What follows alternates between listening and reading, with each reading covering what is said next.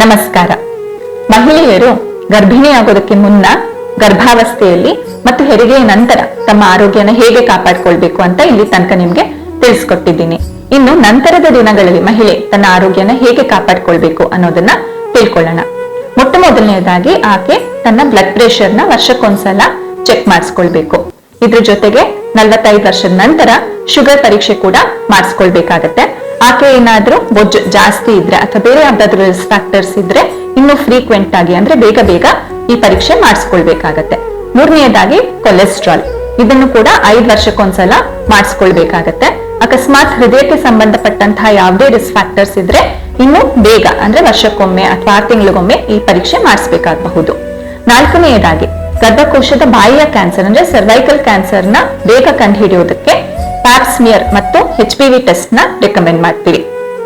Pap smear ನ 3 ವರ್ಷಕ್ಕೊಂದ್ಸಲ ಮತ್ತೆ HPV test ಮಾಡಿಸೋದಿದ್ರೆ 5 ವರ್ಷಕ್ಕೊಂದ್ಸಲ ಮಾಡಿಸಬಹುದು.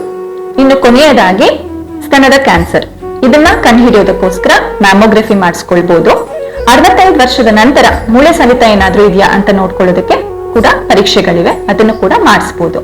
ಈ ಎಲ್ಲಾ ಪರೀಕ್ಷೆಗಳನ್ನ ಮಾಡಿಸೋದ್ರಿಂದ ಮಹಿಳೆಯರು ತಮ್ಮ ಆರೋಗ್ಯನ ಕಾಪಾಡ್ಕೊಳ್ಬಹುದು ಮತ್ತು ತಾಯಿಯ ಆರೋಗ್ಯ ಕಾಪಾಡ್ಕೊಂಡ್ರೆ ಆಕೆಯ ಕುಟುಂಬಸ್ಥರು ಕೂಡ ಆರೋಗ್ಯದಿಂದ ಮತ್ತು ನೆಮ್ಮದಿಯಿಂದ ಇರಬಹುದು.